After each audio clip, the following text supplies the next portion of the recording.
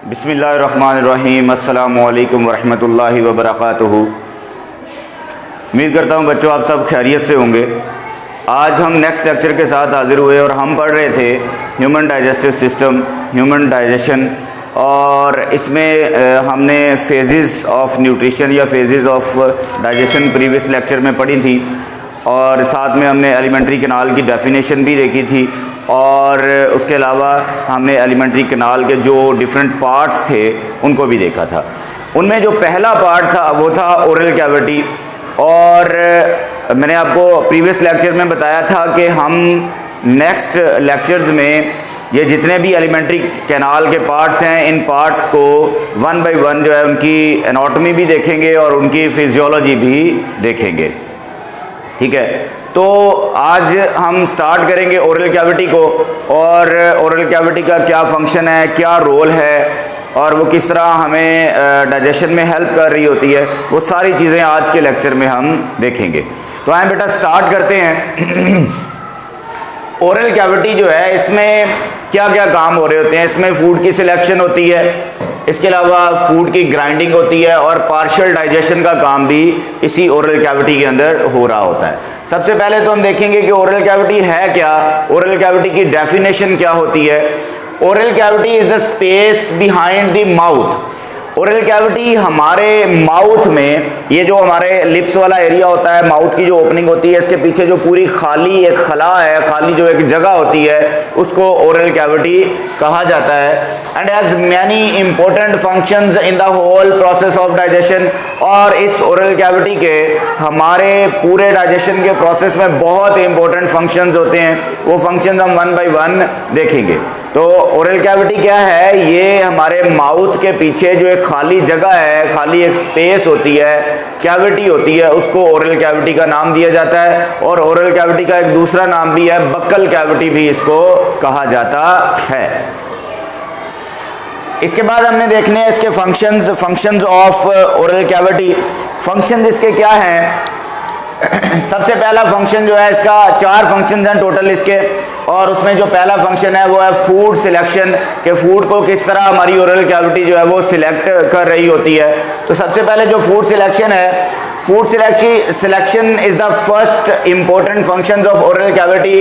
Food selection हमारी oral cavity का पहला अहम काम होता है, पहला अहम फंक्शन होता है। जिस वक्त हम खुराक को ओरल कैविटी के अंदर दाखिल करते हैं, when food enters oral cavity, जब खुराक जो है वो ओरल कैविटी के अंदर दाखिल होती है, it is tested and felt. तो उसको क्या किया जाता है, उसको उस खुराक का, उस खाने का हम जो टेस्ट लेते हैं और उसको महसूस करते हैं, यानी जायका लेते हैं और महसूस कर रहे होते हैं। If the taste of food suggest, अगर हमें टेस्ट से लगे दैट फूड इज़ ओल्ड, के खुराक जो है वो बासी है, खुराक जो है वो पुरानी है, ये जो हमने खाना खाया है ये बासी है, तो उसको हम रिजेक्ट कर देते हैं। यानी हम बासी खुराक को खाना पसंद नहीं करती, हमारे ओरल कैविटी जो है वो उस बासी खुराक को रिजेक्ट कर देती है, मुस्तरद कर देती है, और उसको हम नहीं खाते। If the taste of food suggest that it is old, we reject it, हम इसको रिजेक्ट कर देते हैं।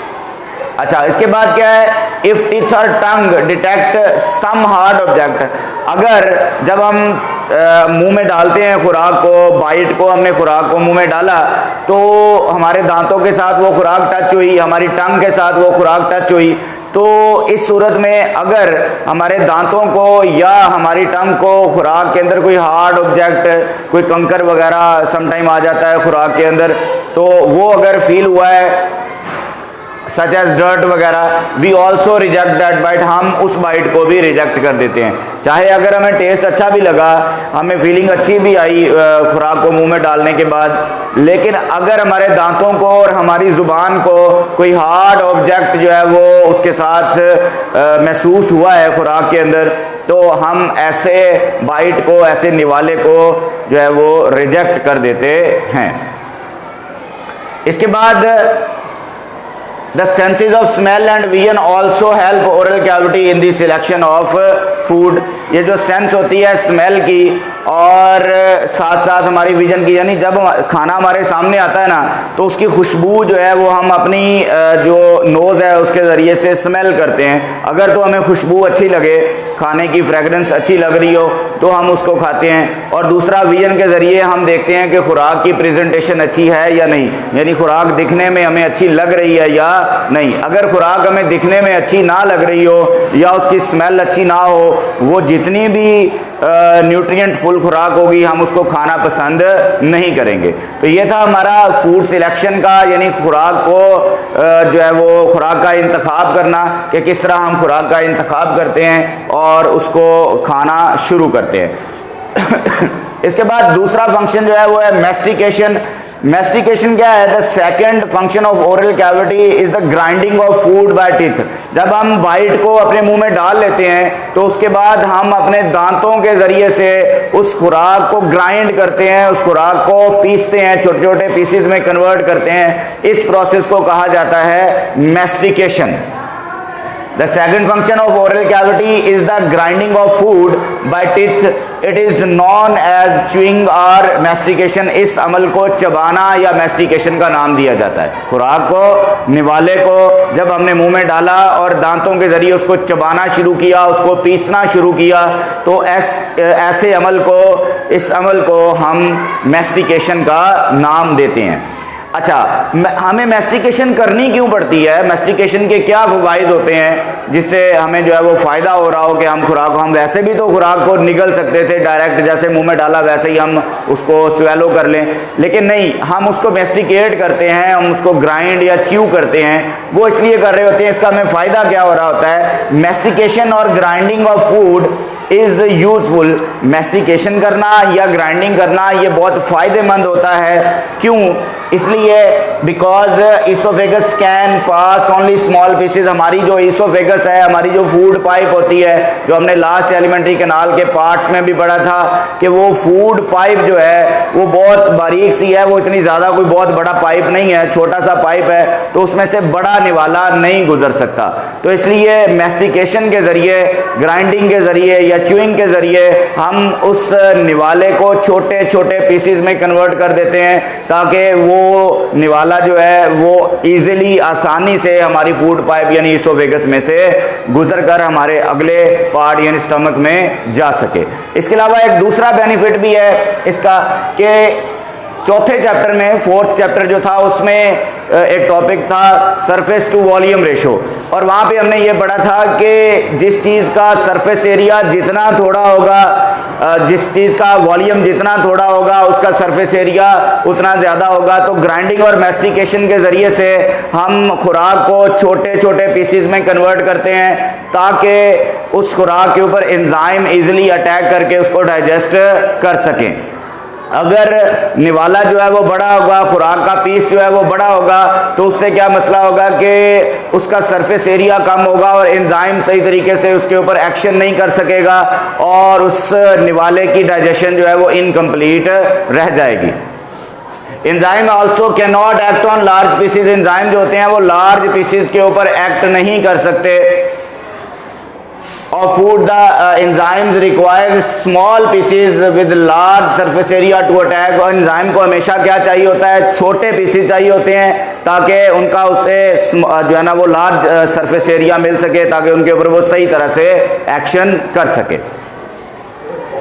इसके बाद थर्ड फंक्शन है, थर्ड फंक्शन होता है लुब्रिकेशन। लुब्रिकेशन का मतलब है कि खुराक को हमने स्लिपरी बनाना है ताकि वो इजीली जो है वो स्वेलो करते हुए हमारी ईसोफेगस या फूड पाइप में से गुजर सके।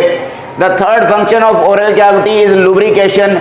द च्यूइंग प्रोसेस, जब हम खुराक को, निवाले को चबा रहे होते हैं तो उस वक्त क्या होता है कि वो खुराक का निवाला जब हमारे स्लाइवरी ग्लैंड्स, हमारे मुंह के अंदर 3 पेयर्स ऑफ स्लाइवरी ग्लैंड्स मौजूद होते हैं, हमारी टंग के नीचे, हमारे जाज के पीछे और हमारे फ्रंट ऑफ ईयर के सामने, यानी 3 जगहों पे हमारे स्लाइवरी ग्लैंड्स मौजूद होते हैं। ये साथ में आपको एक डायग्राम दिखाई जा रही है, इसमें ये दिखाया गया है कि ये जो 3 पेयर्स ऑफ स्लाइवरी ग्लैंड्स हैं ये हमारी माउथ कैविटी के अंदर, ओरल कैविटी या बकल कैविटी के अंदर किस किस जगह पर मौजूद होते हैं।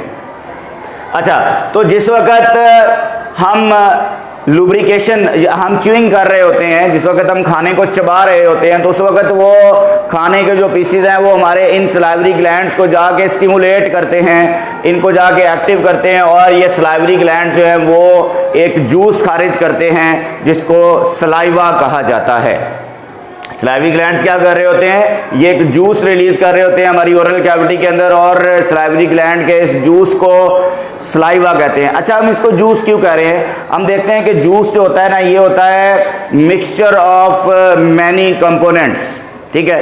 तो यहाँ पर सलाइवा जो है इसकी भी हम कंपोजिशन देखेंगे कि सलाइवा जो है वो असल में किस किस चीज़ से मिलकर बना हुआ होता है। सलाइवा जो है ये हमारी ओरल कैविटी के अंदर हर रोज़ाना के हिसाब से 1 to 2 लीटर्स पर डे जो है ना ये रिलीज होता है, यानी हमारे मुंह के अंदर ये सलाइवा एक दिन में 1 से 2 लीटर पैदा हो रहा होता है।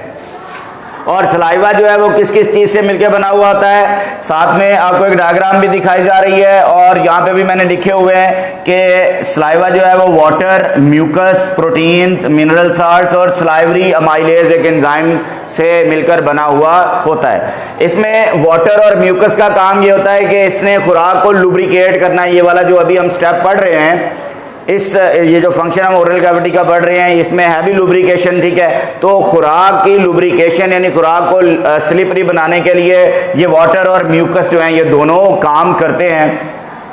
इसके बाद प्रोटीन्स होती हैं, प्रोटीन्स में ग्लाइकोप्रोटीन्स और इम्यूनोग्लोबिन्स जैसी प्रोटीन जो है वो हमारे सलाइवा के अंदर मौजूद होती हैं। उसके बाद है मिनरल साल्ट्स, मिनरल साल्ट्स में ये Na2CO3 जो है वो मौजूद होता है हमारे सलाइवा के अंदर, जो हमारी खुराक के अंदर अगर कोई जर्म्स या पैथोजेंस वगैरह मौजूद हों तो ये उनको किल कर देता है। और लास्ट पे जो चीज़ है वो है सलाइवरी अमाइलेज। सलाइवरी अमाइलेज का काम ये होता है कि इसने स्टार्च की जो है वो पार्शियल डाइजेशन स्टार्ट कर देनी है।